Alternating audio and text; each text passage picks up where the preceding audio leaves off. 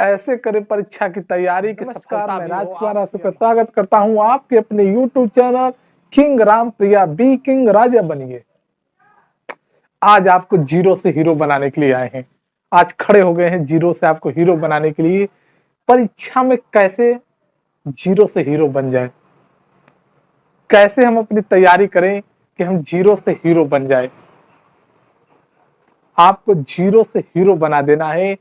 अगर आपने ये वीडियो देख लिया तो पक्का जानिए, अगर आपके कमजोर छात्र हैं तो मैं अपनी अनुभव आपके साथ शेयर करने जा रहा हूं। कोई लिखी पढ़ी कहीं किसी यूट्यूब का देखा हुआ वीडियो नहीं, अपनी अनुभव आपसे बता रहा हूं। अगर आपने फॉलो कर लिया है तो पक्का है आप जीरो से हीरो आज बन जाएंगे। इस लॉजिक को समझने के लिए पहले आइए माइंड को समझते हैं। सबसे बड़ी कमजोर छात्र हो चाहे तेज छात्र हो, उनके साथ सबसे बड़ी समस्या यही घटती है कि उन्हें याद नहीं रहता है। भूलना कोई बड़ी चीज नहीं, भूलना एक प्राकृतिक चीज है, एक स्वाभाविक चीज है। तो उससे मत डरिए कि हम भूल जाते हैं। भूलना एक लॉजिक चीज है। और आदमी उसी चीज को नहीं भूलता है जो उसके इमोशनल के साथ जुड़ा अटैचमेंट हो। अगर आपके साथ कोई चीज इमोशनल हो, अगर आपको चित्र के साथ वो चीज पूरी दिखा दी जाए और आपको कोई हर्ट के बारे में पढ़ाई, 1 घंटा आपके दिमाग में कुछ नहीं जाएगा। अगर 2 मिनट आपको हर्ट का पूरी बायोग्राफी, अगर पूरी पिक्चर उसको दिखा दे, कैसे पंपिंग करता है, कैसे रक्त आता है जाता है, क्या करता है, तो आपको 2 मिनट में उसकी पूरी यहाँ पर याद हो जाएगा। आपको किसी चीज के बारे में अगर पढ़ाया जाता है सिर्फ मौखिक रूप में तो आप उसको भूल जाते हैं, और वही चीज आपको चित्र द्वारा, पूरा वीडियो एक तरह से पूरी क्लिप द्वारा दिखा दिया जाता है तो आपको वो चीज याद हो जाता है। बायजू ऐप भी यही काम करता है, वो पूरा इसी पर आधारित है।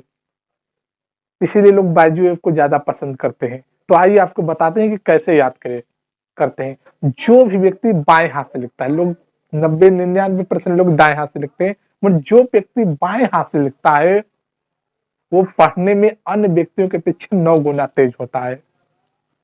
यकीन ना आपको हो तो कहीं पर शोध कर लीजिएगा, प्रैक्टिकल कर लीजिएगा, कहीं पर देख लीजिएगा, ये बात सच्चाई आपको बता रहे हैं।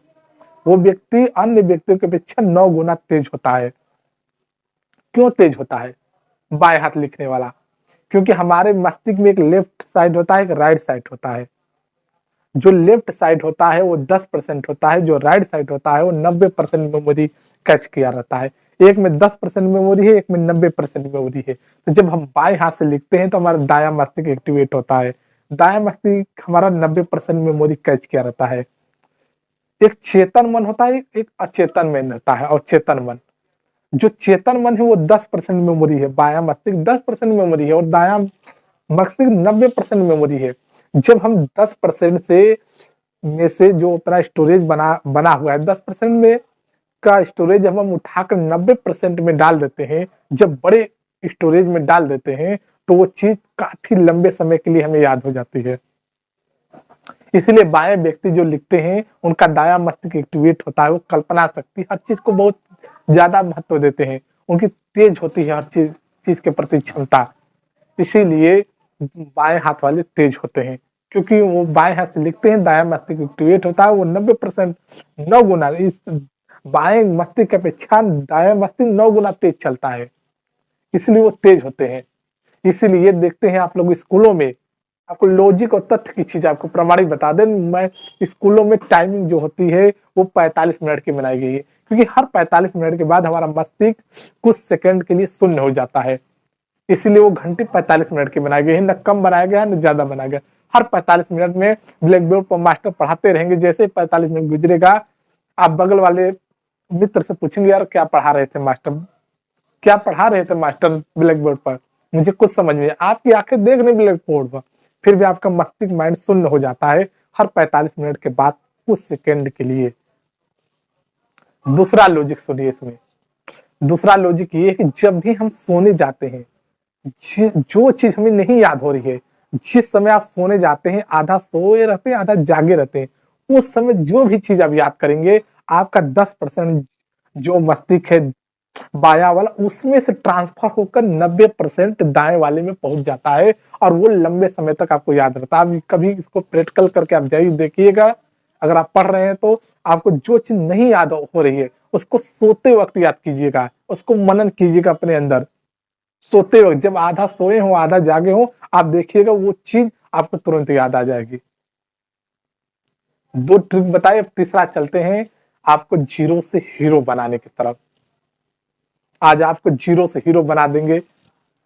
आज आप कितना भी कमजोर छात्र क्यों न हो, आपको आज हीरो बनाकर ही छोड़ेंगे हम। ट्रिक नंबर 1, जो आता है उसे कर डालो, पढ़ जालो। जो आता है उसे कर डालो, पढ़ डालो। मैथ होता है, साइंस होता है, सोशल साइंस होता है, आर्ट होता है, हिंदी होता है, और सारी कई विषय होती है। उसमें से कुछ टफ विषय होते हैं। इंग्लिश कुछ लोगों के लिए टफ है, तो कुछ लोग के मैथ टफ होता है, कुछ लोग के साइंस टफ होता है। जो टफ है उसे छोड़ दो, मगर जो आता है उसे तो पढ़ो। आर्ट में आर्ट को बनाओ, आर्ट में तेज हो जाओ, हिंदी में तेज हो जाओ, सोशल साइंस में तेज हो जाओ। अगर कोई तुम्हारे क्लास में तेज है, अगर साइंस में, मैथ में, तो तुम हिंदी में तेज होकर दिखाओ। तुम्हें गर्व हो कि मैं हिंदी में तेज हूं, सोशल साइंस में तेज हूं, आर्ट में तेज हूं, संस्कृत में तेज हूं। अगर जिस तरह उसे अपने गर्व है अपने साइंस पे, अपने मैथ पर, उसी तरह आपको भी गर्व होना चाहिए कि मैं इस सब्जेक्ट में तेज हूं। जो आता है उसे पढ़ डालो, उसे याद कर लो। जो नहीं आता उसे छोड़ दो, और जो आता है उस पर काम करो। जो नहीं आता है उसको छोड़ दो। अक्सर हम एक ही सवाल को लेकर बैठे रह जाते हैं, ये नहीं आता, नहीं आता। उस सवाल के चक्कर में पूरा पूरा सब्जेक्ट छूट जाता है। जो नहीं आता उसे छोड़ दो, और जो आ रहा है उसको पकड़ते हुए आगे बढ़ो। आपको साइंस में बहुत सारे कैलकुलेशन नहीं आएंगे, मगर जो साइंस में कुछ चीजें नॉर्मली होती है, कुछ याद होते हैं तथ्य करने ला, कुछ कुछ नॉर्मल क्वेश्चन होते हैं, उन्हें तो याद कर लिया जाए। इससे हमारा 75% कैप्चर हो जाएगा।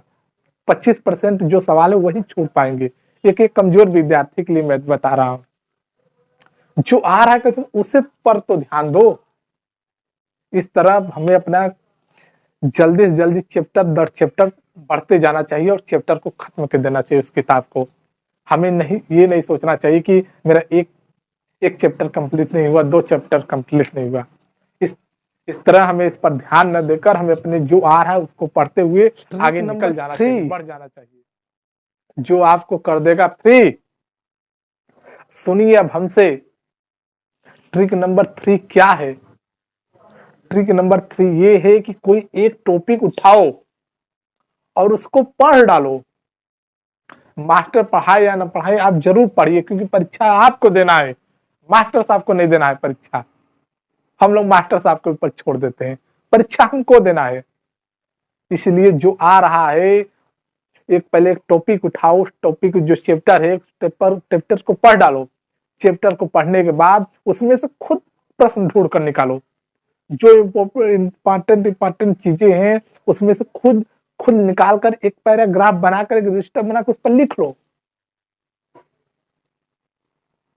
आपकी ज्ञान शक्ति को कई गुना ये बढ़ा देगी चीजें, आपकी ज्ञान को कई गुना बढ़ा देंगी।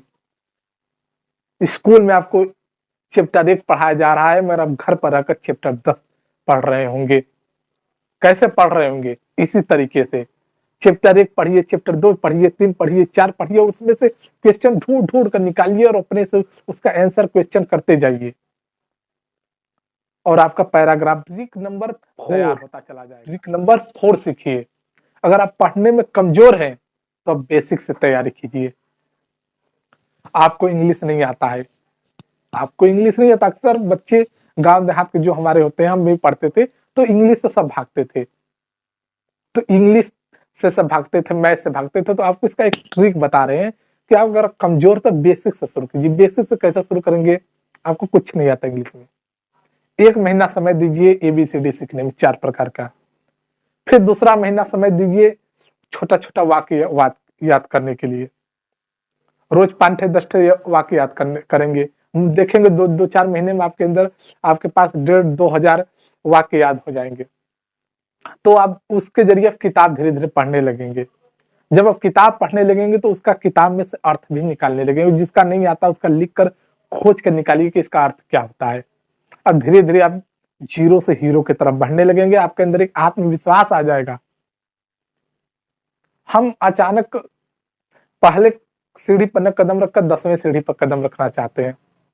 अगर हम कमज़ोर हैं तो हमें काम यही करना चाहिए कि हम पहले बेसिक से काम शुरू करें। मैथ हो, साइंस हो, इंग्लिश हो, कोई भी सब्जेक्ट हो, हमें बेस पकड़ना चाहिए पहले।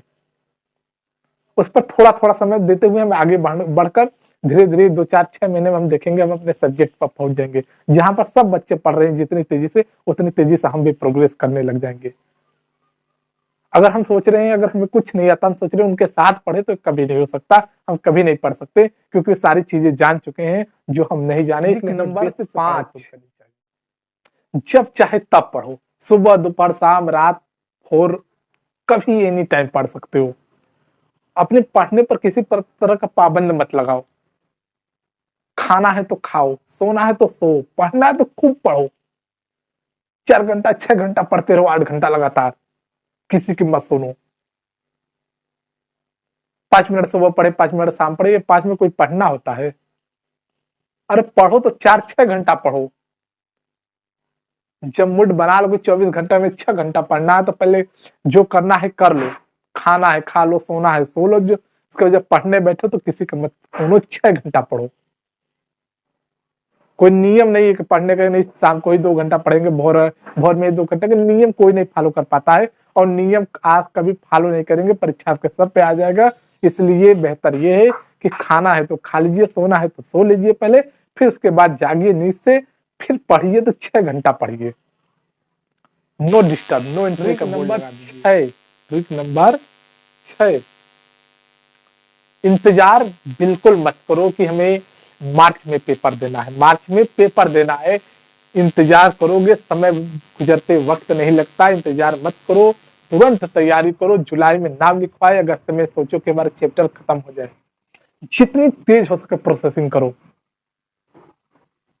इंतजार कभी मत करो क्योंकि जब आ जाएगा आपका दिसंबर, जनवरी आएगा तो आपके अंदर इतनी घबराहट हो जाएगी, टेंशन हो जाएगी कि हमने ये नहीं पढ़ा, वो नहीं पढ़ा, वो नहीं पढ़ा। आप टेंशन में आप कुछ नहीं पढ़ पाएंगे, जो पढ़ा है वो भी भूल जाएंगे। इसलिए पहले से ही तैयारी करके रखो, पहले से अपनी दौड़ मजबूत करके रखो कि हमें जुलाई, अगस्त, सितंबर जाते जाते सारे चैप्टर को एक्सेप्ट कर लेना, उसको अपने कैप्चर में लेना, कैच कर लेना है। ज्यादा सितंबर जाते जाते सारी चीज को कैच कर लेंगे। इतनी स्पीड रखो अपनी पढ़ाई के अंदर। ये मत सोचो कि हमारे पास बहुत टाइम है, बहुत टाइम नहीं, टाइम बहुत सीमित होता है और कब निकल जाएगा आपको पता ही नहीं चलेगा। ट्रिक नंबर 7, कोशिश करो कि जो याद है, जो पढ़ सकते हो आप, उसको फटाफट पढ़ के खत्म कर दो, उसको फटाफट पढ़ो। कोई अस्थायी काम मत करो कि नहीं चलो आज नहीं पढ़ेंगे, कल पढ़ेंगे, अभी तो जुलाई है, अभी तो अगस्त है, अभी तो सितंबर। नहीं, पढ़ना है तो पढ़ देना है, सितंबर अक्टूबर जाते जाते खत्म कर देना है सारे चैप्टर को। बहुविकल्पी पाठ एक उठाओ, जो आता है उसकी बात कर रहे हैं। बहुविकल्पी पाठ एक उठाओ तो पाठ आखिरी करो, अतिरिक्त उत्तरी पाठ एक उठाओ और पाठ आखिरी करो। बीच में कोई नॉन स्टॉप मत लीजिए। स्टाफ लेते रहेंगे, स्टाफ में आ जाएगा आपका परीक्षा और होगा कोई काम भी नहीं। फिर कहेंगे कि हमने पढ़ा ही नहीं। कहते हैं जितना पन्ना उल्टेंगे उतना आपका पेपर बनेगा। आपका पेपर ही दर्शाता है कि आपने कितना पढ़ा है, कितना आपने पन्ना पलटा है। तो इसलिए इसमें कोई संकोच मत कीजिए, किसी के सहारे मत रहिए। परीक्षा आपको देना है तो कॉन्फिडेंस अपने ऊपर रखिए, भरोसा अपने ऊपर रखिए। जो अपने ऊपर भरोसा रखता है वो पक्का है सफल होता है। दूसरों पर भरोसा रखने वाला कभी सफल नहीं होता है। अपने ऊपर आत्मविश्वास रखिए कि जो हमको आता है पहले उसको हम पढ़ डाले। स्कूल में एक चैप्टर पढ़ा रहे हैं, अब घर पर 10वां चैप्टर पढ़िए। अरे बचपन से 1, 2, 3, 4, 5 पढ़ते हैं तो आ रहे हैं। किताबें पढ़ने में क्या देता है? किताब पढ़िए, उसमें से क्वेश्चन छाटिए, उसका उत्तर निकालिए, पैराग्राफ बनाइए, अपने से सारी चीज बनाइए। ट्रिक नंबर 8, दूसरों के सहारे बैठने से अच्छा है जो नहीं आता है उसे लिख लो, जो नहीं आता है उसे लिख लो, चिट्ठी उसका बना लो। जो कठिन चीजें होती है उसका चिट्ठी बना लो, उसको आते जाते घूमते फिरते पढ़ते लिखते उठते जागते सोते उसको देखो। जो जो ट्रिक कठिन होते हैं, सवाल सूत्र फार्मूला जो भी चीज होता है उसको लिख लो। वो देखोगे आप 2-4 दिन में धीरे धीरे आपको याद हो जाएगी। अगर आप बैठ को याद करोगे तो चीज नहीं याद होगा। उसको घूमते फिरते टहलते खेत खलिहान घूमते टहरते आप याद कर सकते हो। ट्राई करके देख लो, लिख लो, चिट्ठी बना लो, उसको घूमते टहरते आते जाते मार्केट, जब इच्छा करे निकाल कर देख लो, उसको मन में गुनगुनाते रहो, गुनगुनाते रहो, गुनगुनाते रहो। जब भूल जाओ फिर निकाल कर देख लो, फिर जेब में रखो चिट्ठी।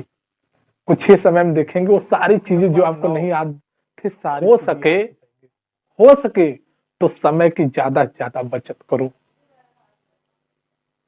क्योंकि जितना ज्यादा समय बचत करेंगे उतना ही आपको वो आगे काम देगा। क्योंकि आपके पास समय सीमित है, परीक्षा आपकी मर्जी से नहीं है कि अप्रैल मई में होगा, समय सीमित है, फरवरी मार्च में होगा। अगर आपको कोचिंग जाने में आने में 5 घंटा लगता है, पढ़ने में आने में जाने में 5 घंटा लगता है, अगर आप तेज छात्र हैं, अगर आप आत्मनिर्भर हैं कि नहीं मैं अपने से पढ़ सकता हूं, तो कोशिश करिए 5 घंटा आप अपने घर पर रहकर बैठकर पढ़िए। उस कोचिंग जाने वाले से कहीं आप आगे जाएंगे। खुद पर विश्वास रखकर काम कीजिए। अगर आप कमजोर हैं तो आप सहारा ले सकते हैं कोचिंग का, अगर तेज है तो आप खुद स्वावलंबी बनिए। 5 घंटा जो वहां वक्त देना है वो खुद पर आप वक्त दीजिए। 5 घंटा बहुत बड़ी चीज होती है, 5 घंटा में आदमी बहुत कुछ पढ़ लेगा। इसलिए आप फार्मूला नंबर 10, अगर आप खुद पर आकलन कीजिए, आप खुद को आकलन कीजिए कि आप क्या हैं, आपकी लेवल क्या है पढ़ने की।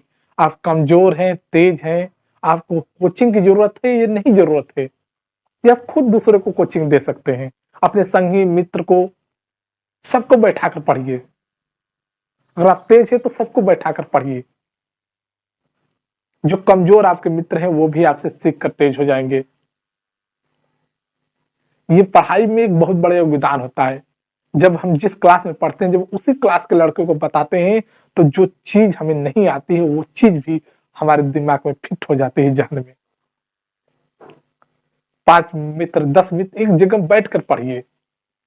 हमेशा पढ़ने की बात नहीं करें, कुछ कुछ समय के लिए एक दूसरे से मेल मिलाप करके पढ़िए। देखिए आप जीरो से हीरो बन जाएंगे। जो आपका मित्र जीरो है वो तो हीरो बन ही जाएगा आपकी वजह से। आप हीरो हैं तो आप अपने मित्र को जीरो से हीरो बनाइए, आपका एक कर्तव्य बनता है। इन्हीं शब्दों के साथ लेते हैं इस वीडियो में विदा, मिलते हैं कल एक नई वीडियो में। तब तक के लिए जय श्री राम।